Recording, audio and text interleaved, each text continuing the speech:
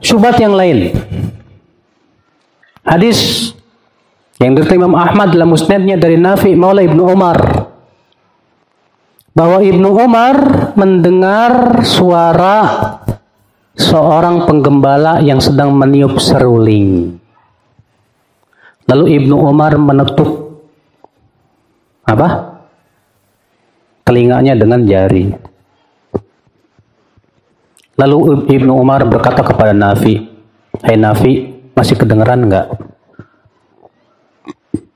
Nafi berkata, "Masih." Terus Ibnu Umar menutup. Dan Ibnu Umar bertanya lagi ke Nafi, "Masih?" Sampai Nafi mengatakan sudah tidak terdengar. Maka pada waktu itu Ibnu Umar melepaskannya. Lalu Ibnu Umar mengatakan, dahulu Rasulullah pernah melakukan seperti ini. Waktu itu Rasulullah bersama Ibnu Umar. Ya, perhatikan ya ikhwah. Waktu itu Rasulullah bersama siapa? Ibnu Umar. Kemudian terdengar suara seruling. Maka Rasulullah menutup. Dan Rasulullah bersabda kepada Ibnu Umar, "Masih kedengaran enggak?" "Masih," kata Ibnu Umar. Terus sampai tidak terdengar lagi, baru Rasulullah melepas. Apa kata mereka? Kalau itu maksiat, tentu Rasulullah memerintahkan Ibnu Umar cocok telinga dong. Tapi ketika Rasulullah membiarkan Ibnu Umar mendengar, maka pada waktu itu menunjukkan boleh. Gimana Pak jawabnya Pak? Nah inilah ya akhi.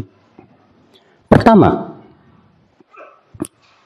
di situ Nabi SAW mengatakan kepada Nafi, "Atasma." Ibnu Umar berkata kepada Nafi, "Atasma, apakah kamu masih mendengar?" Kata-kata sami'a, tasma'u, yasma'u itu sebatas mendengar. Beda dengan istama'a, yastami'u. Artinya mendengar sambil memperhatikan. Akhi, sekarang kalau antum lagi jalan tiba-tiba terdengar suara musik, setelah itu hilang, dosa enggak? Kedengaran tapi antum enggak menikmati, ya gimana? Enggak bisa ngehindar. Beda enggak Pak antara sebatas mendengar tak sengaja dengan orang yang mendengarin sambil diperhatiin dan dinikmatin? Beda enggak? Beda banget. Dan itu yang dilakukan oleh Ibnu Umar di samping Rasulullah. Terdengar. Maka Rasulullah langsung apa? Kalau dua-duanya begini, siapa yang mau dengerin sudah kedengeran apa enggak kan gitu kan? Tapi membiarkan Ibnu Umar supaya tahu masih kedengaran atau tidak. Sebab kalau itu halal, Nabi tidak akan menutup Pak. Kalau itu halal, Nabi tidak akan menutup. Tapi Nabi yang menutup, dibiarkan Ibnu Umar supaya ketahuan masih kedengaran atau tidak. Itu mendengar di sini bukan artinya mendengar memperhatikan. Beda. Nah, sekarang kalau antum masuk ke mall. Di mall biasanya ada musiknya nggak Mas? Susah dong Ustadz kalau cuma mendengar haram. Kita katakan antum masuk mall, belanja sesuai keperluan. Adapun musiknya jangan dinikmatin. Sebatas kedengaran dimaafin. Karena itu bukan kehendak kita. Kecuali kalau antum bisa masuk ke ruang manajemennya, "Pak, matiin dong, Pak." "Kenapa?" "Saya mau masuk nih. Mau belanja di sini." Kalau antum bisa sih bagus, mantap gitu kan. Masalahnya susah, nggak bisa, ya kan? Makanya beda antara sebatas mendengar lewat dengan mendengar dan yang diharamkan itu mendengar dan memperhatikan. Antum masuk mall, rupanya ada musiknya asik banget, ampun belanja ambil gini-gini. Ini mau dengar, udah namanya menikmati itu Pak. Ya, enggak sih kepala saya diem, kaki ente begini. Ya, menikmati itu namanya. Nah kalau sudah menikmati hati kita, enggak boleh. Jadi bedakan akhul Islam, azakumullah wa yakum. Makanya ya akhul Islam, ya, bahwa ya dalil ini tidak bisa dijadikan hujah sama sekali akhul Islam, karena di sini Ibnu Umar sebatas mendengar lalu begitu aja tanpa memperhatikan. Tentu sangat berbeda antara ini dan itu ya akhul Islam, azakumullah wa iyyakum. Demikian pula katanya Said bin Jubair mendengarkan nyanyian seorang budak wanita dengan memakai rebana, itu pun juga lemah. Ya, dan yang rajih bahwa itu di waktu hari raya, dan sudah kita sebutkan tadi ya akhul Islam, azakumullah yakum. Juga mengatakan katanya Abdul Aziz Al-Majishun membolehkan ud, ya, sejenis gitar juga.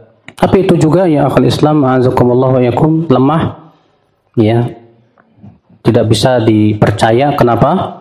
Karena sanadnya di situ ada Abu Ya'la. Ia meninggal pada tahun 446, sementara Abdul Aziz meninggal 164, sehingga nggak ketemu sama sekali, terputus. Ya. Demikian pula klaim katanya ulama yang bernama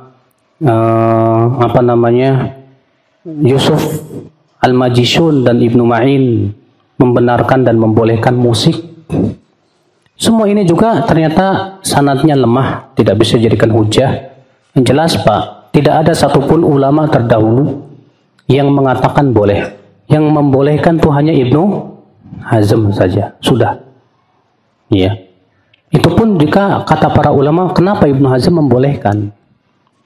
Karena di Spanyol itu jadi pusat musik Pak, alat-alat musik pada waktu itu. Ibnu Hazm kan tinggalnya di Spanyol.